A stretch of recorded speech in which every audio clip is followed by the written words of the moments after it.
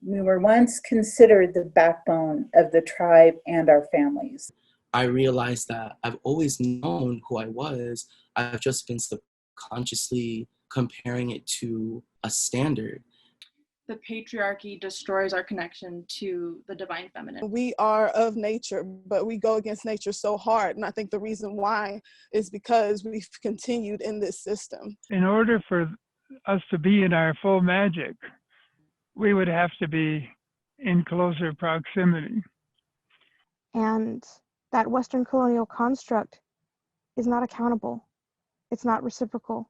It does not consider how its actions or words impact its community, its environment, or even 7 generations in the future.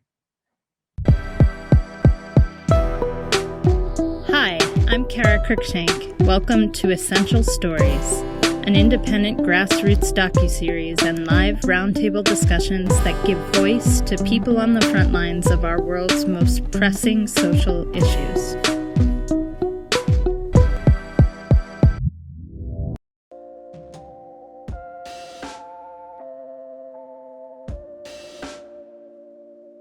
And then this is meant to be conversational, so feel free to jump in. So the patriarchy for me is more of a verb than a noun. And it essentially is the pillage and the robbing of culture and lineage, oral tradition, identity, intuition. I feel like the patriarchy is a set of norms and rules that dictates how you should be, how you should act, what you can do, and it's really limiting. The opposite of patriarchy, of course, seems to be love. And patriarchy turns out to be synonymous with fear. The endless battle between love and fear is what I keep wanting to bring our attention back to. If you're a sharecropper and a slave or an indigenous farmer, the patriarchy excludes women and Black, indigenous people of color completely.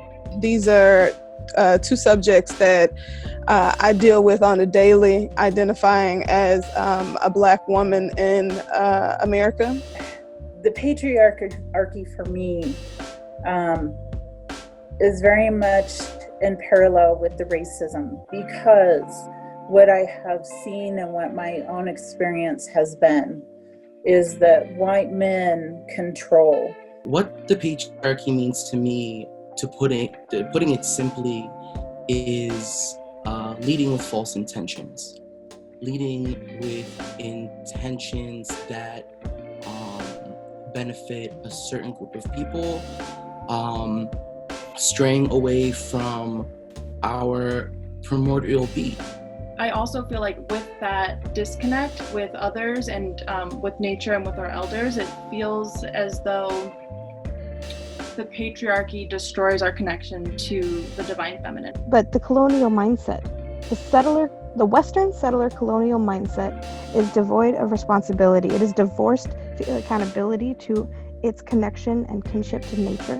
When I think of the patriarchy, I think of the fact that there is no connection with the divine feminine anymore. There is no matriarchy. And I always felt like I had to just hide the magical parts of my life, like the spirituality, the ritual, the fact that I felt like I had supernatural powers when I was little. I just never talked about it. In order for us to be in our full magic, we would have to be in closer proximity. We all, just being alive, just being human, the beautiful thing about us being here is that we are living in a world that's been created for us to survive. That's beautiful, that's magical. We are humans, we are stardust. And for us to have these societal structures that make it hard for us to just to connect on our magic divinity of just being alive is absurd. You know, we are of nature, but we go against nature so hard. And I think the reason why is because we've continued in this system. So I'm pretty racially ambiguous, and a lot of people can't tell where I'm from, my ethnicity. And so I was made fun of a lot, and I was made to feel really ugly growing up. And so the racism is just blatant there. You know, growing up in a biracial household, it's been a series of assimilating and disassociating. And growing up and coming into my adulthood, I realized that I've always known who I was. I've just been subconsciously comparing it to a standard.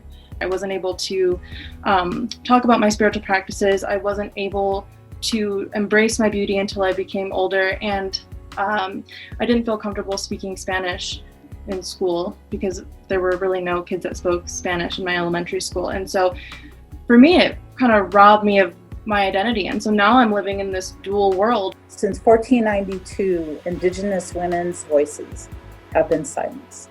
We were once considered the backbone of the tribe and our families, and that was stolen from us in 1492 when they began raping and ravaging the women and killing us and taking our voices away. I've talked about my voice being silenced before I was even born, and I had to do a lot of hard work to get to the point where I could speak my story. Understanding that it makes people uncomfortable, but this is the history of the United States of America. This is the history of patriarchy. This is what happens to Indigenous families, not just here on Turtle Island, but across the globe.